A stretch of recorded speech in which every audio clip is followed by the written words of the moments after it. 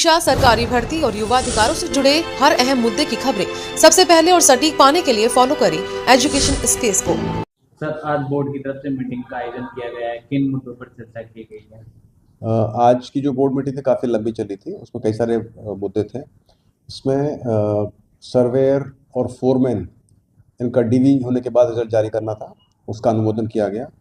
इसके अलावा junior technical assistant परीक्षा, उसका भी डीवी हो चुका था, उसका भी रिजल्ट का अनुमोदन किया गया। इसके अलावा लाइब्रेरियन जो परीक्षा हुई थी, जो कि उसके 2 पेपर थे, उसका प्री डीवी रिजल्ट हमने जारी किया, उसका भी अनुमोदन किया गया। इसके अलावा कुछ पेंडिंग रिजल्ट थे, जैसे पशु परिचर के और सूचना सहायक के, जिसके अंदर कुछ प्रोविजनल केसेस थे और कुछ नॉन जॉइनिंग केसेस थे, उनके अगेंस्ट में हमने रिजल्ट जारी किया। इसके अलावा वीडियो की जो फाइनल की है, उसका अनुमोदन किया गया। पटवारी परीक्षा के लिए जो नॉर्मलाइजेशन की प्रक्रिया था, उसका अनुमोदन किया गया। तो ऐसे बहुत सारी चीज़ें थी जिनको हमने इस बार टेकअप किया और आज इनका रिजल्ट जारी किया। सर, शिक्षक भर्ती की आवेदन प्रक्रिया चल रही है, 6 दिसंबर अंतिम तिथि है, क्या इसमें आवेदन की तिथि बढ़ेगी? नहीं, आवेदन की तिथि क्यों नहीं बढ़ेगी? क्यों बढ़ेगी आवेदन की तिथि? जो 1 महीना वो अभ्यर्थियों को क्या कुछ करना चाहेंगे? 1 में अभ्यर्थियों को कहना चाहूँगा कि लास्ट डेट का इंतजार ना करें। आज 2 तारीख हो गई है, 6 तारीख लास्ट डेट है, तो प्रयास करें कि अपना जो फॉर्म भरना है वो शीघ्रता से करें, आज या कल में ही कर दें। लास्ट डेट को फिर दोबारा मान लो वो उनका मोबाइल ना चले या हैंग हो जाए सिस्टम, तो उससे बचने के लिए वो आज ही कर दें। उसमें तिथि आगे बढ़ने की कोई संभावना नहीं है। सर, चतुर्थ श्रेणी भर्ती परीक्षा आपकी तरफ से आयोजित करवाई गई थी, इसमें ऑब्जेक्शन प्रश्नों पर लेने थे, लेकिन बोर्ड ने अभी तक शुरू नहीं किए हैं, कब तक शुरू सर? देखिए, उसकी हमने एक बार पहले विज्ञप्ति निकाली थी और हमको 8 नवंबर से हम लेना चाह रहे थे, लेकिन हो नहीं पाया था। उसका कारण था, हम चाहते थे कि क्योंकि इसमें काफ़ी संख्या में बच्चों ने परीक्षा दी थी, लगभग 25 लाख बच्चों का फॉर्म भरा था और 21,70,000 बच्चों ने इसमें परीक्षा दी थी। 6 चरणों में परीक्षा हुई थी, तो ये मुझे लगता था कि इसमें कई सारे ऑब्जेक्शन हो सकते हैं और उसी के चलते हम प्रयास कर रहे थे कि इसको सिस्टम को थोड़ा बेहतर बनाया जाए, जो ऑब्जेक्शन सिस्टम होता है।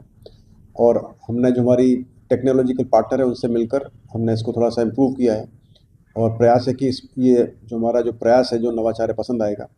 अब हम इस पे जो आपत्तियां हैं वो 6 से 8 दिसंबर के बीच में इनवाइट करेंगे। मेरे ख्याल से आज शाम तक इसका नोटिफिकेशन जारी हो जाएगा और इसमें हम प्रयास कर रहे हैं कि कैंडिडेट्स को एनसीईआरटी और राजस्थान माध्यमिक शिक्षा बोर्ड की जो किताबें हैं, 6 से 7वीं 8वीं 9वीं 10वीं तक की जो किताबें हैं, उसके प्रूफ अपलोड ना करने पड़ें।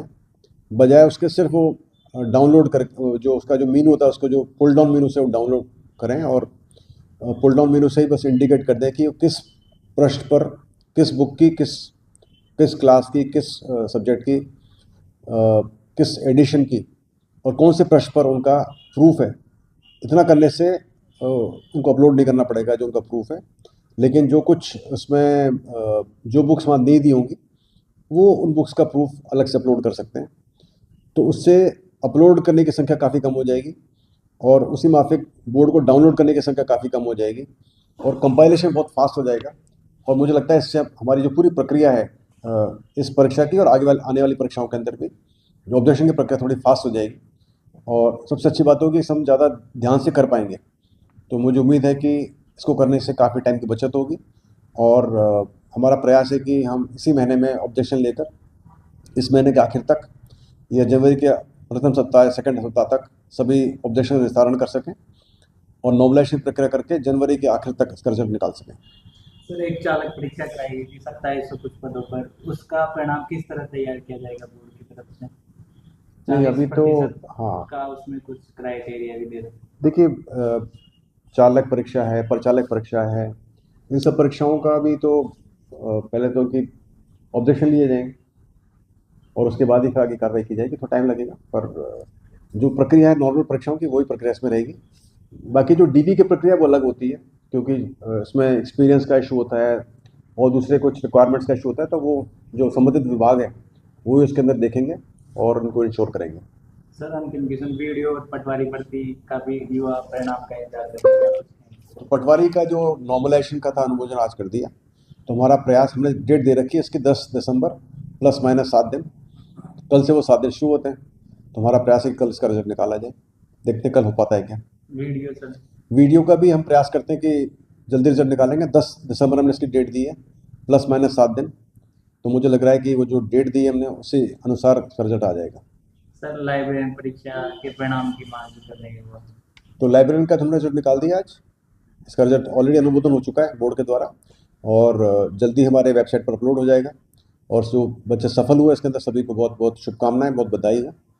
और मुझे उम्मीद है कि उनका डीवी जल्दी शुरू होगा और शायद ये भी प्रयास होगा कि उनको इसी भर्ती मेले में शामिल किया जाए। ठीक।